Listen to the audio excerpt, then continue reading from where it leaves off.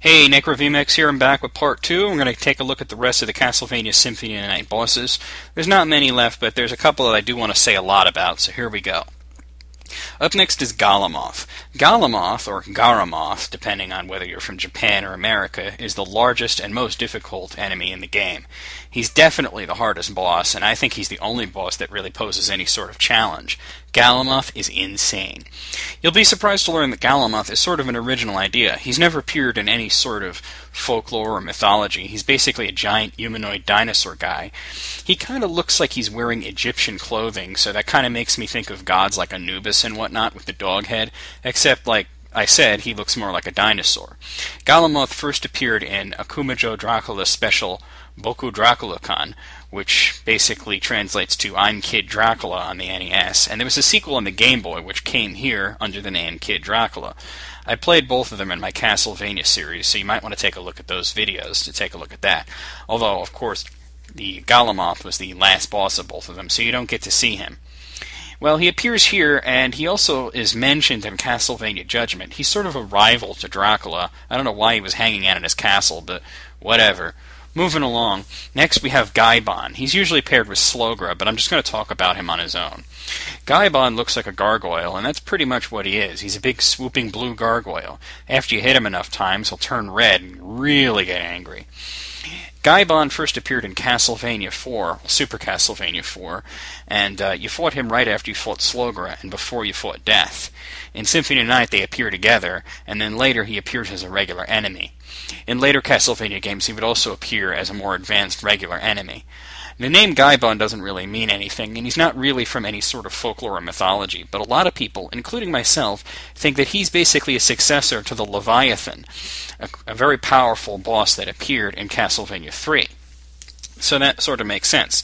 Remember, Symphony of the Night owes a lot to two games, Castlevania Dracula X Kino Rondo and Castlevania 3. Kino Rondo because this is a sequel to it, and that had Richter in it, and Castlevania 3 because that one had Alucard in it. Up next is the Grand Falloon. Now, a lot of people think that the name Grand Falloon was a mistake. As a matter of fact, in the PSP version of the game, they changed it to what most people think it should have been, Legion. In most games, this guy is called Legion, and in some games, Legion is a smaller version of the same basic thing as a regular enemy. But whenever this boss appears, it's usually called Legion. The name Legion comes from the Bible. It's a demon that disappeared into a herd of pigs or something like that. And basically, it's considered anything that is one demon spread out among multiple organisms. Grand Falloon, though, isn't just a silly word. It actually comes from a Kurt Vonnegut novel. I don't know the name of the novel at the top of my head, but Kurt Vonnegut describes a Grand Falloon as a meaningless conglomeration of people. Well, that describes this guy all right. It's a bunch of naked corpses all smushed together in a ball. It's meaningless, and it's a conglomeration of people. It's also disgusting and one of my favorite bosses, because it's just such a great fight. Next is the Hippogriff. This is another thing from old myths, like the Greek myths and Roman myths and whatnot. Hippogriffs are actually pretty uncommon. There's not much of them in folklore and mythology. Usually they're depicted as a mixture of a lion, a horse, and a bird, although a lot of accounts is just a horse and a bird.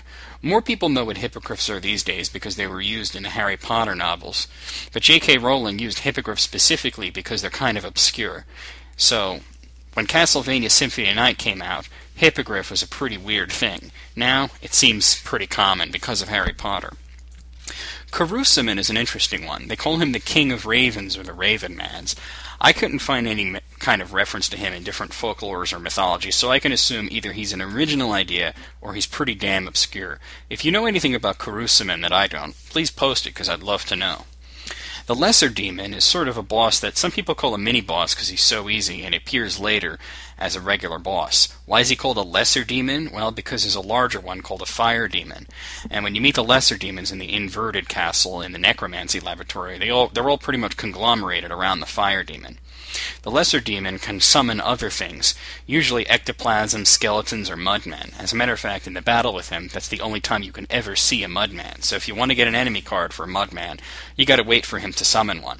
When you meet the Lesser Demons later in the game, they only summon other Lesser Demons, which can be a real pain in the ass.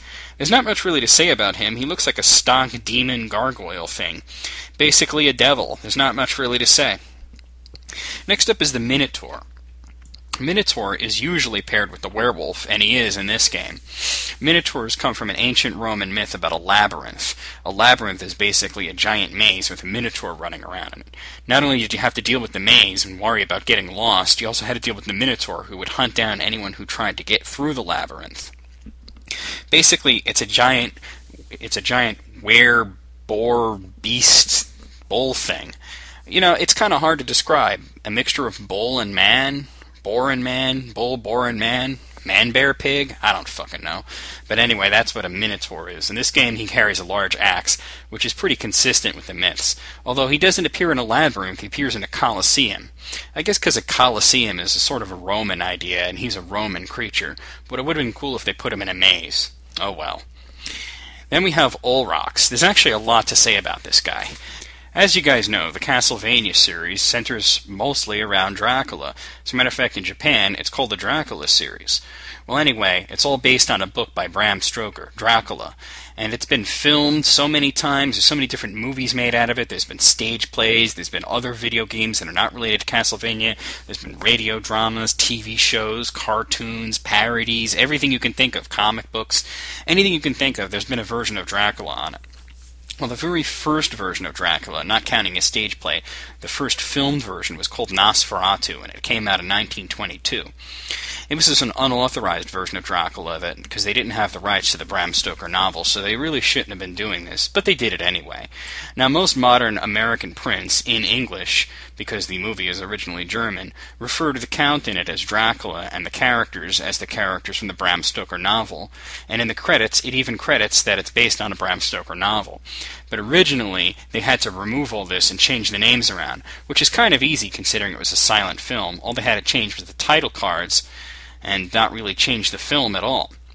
Well, anyway, because they were sued and they couldn't use the name Dracula, they changed the name to Count Olrock. Sounds familiar? Olrox's quarters? Olrox? Yeah, he looks like him, doesn't he? Olrox. Now, in my playthrough, I mentioned that Olrox looks like Slash from Chrono Trigger, but that's basically a joke because he's blue and he looks like that. He's really based on Max Schreck's interpretation of Dracula, or Count Olrock, in Nosferatu. And here's an interesting thing. Max Schreck is an interesting person because his name, Schreck, in German means terror. Kind of weird, huh? There was also a movie that depicted Max Schreck as being a real vampire, and that the director of Nosferatu wanted to get him because he wanted to make the movie as creepy as possible. I don't think the guy was really a vampire, but I just wanted to point that out.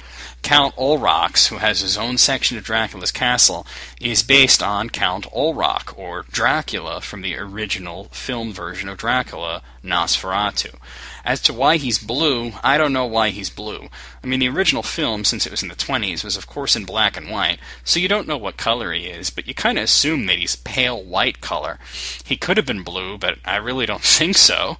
The only other blue vampire that I can think of comes from the TV version, the original television version of Salem's Lot, which was based on a book by Stephen King. The vampire was called Barlow. In the book he looked like a normal person, but in the original TV miniseries they colored him blue for some reason. They remade Salem's Lot again for television, and it also sucked again. But the original version is worth mentioning. I mentioned Barlow not only because he's a blue vampire, but also because there's a character, Barlow, in Castlevania Order of Ecclesia.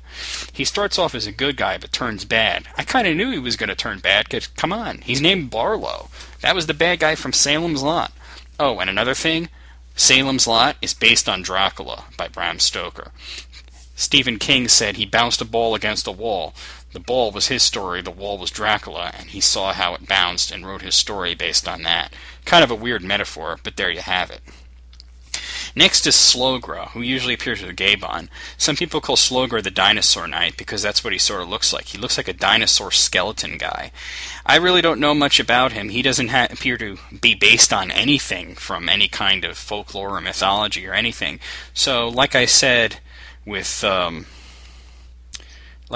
the other guy, Karusaman, if you know anything about Slogro that I don't, please post it, because I'd love to know. Of course, just like Gabon, he first appeared in Castlevania 4. He fought him right before he fought Gabon. As a matter of fact, he was the first boss of the last level. There's not really much to say about him. He's appeared as a regular enemy, he's appeared as a boss, he's basically Gabon's little buddy. Lastly, you have the werewolf, who appears in the Colosseum along with the Minotaur. What can you say? It's a fucking werewolf. They're everywhere in folklore and mythology, and a lot of times they're paired with vampires. Either they're working together as equals, or the werewolves are subservient to the vampires, or sometimes they're warring factions. They're up against each other.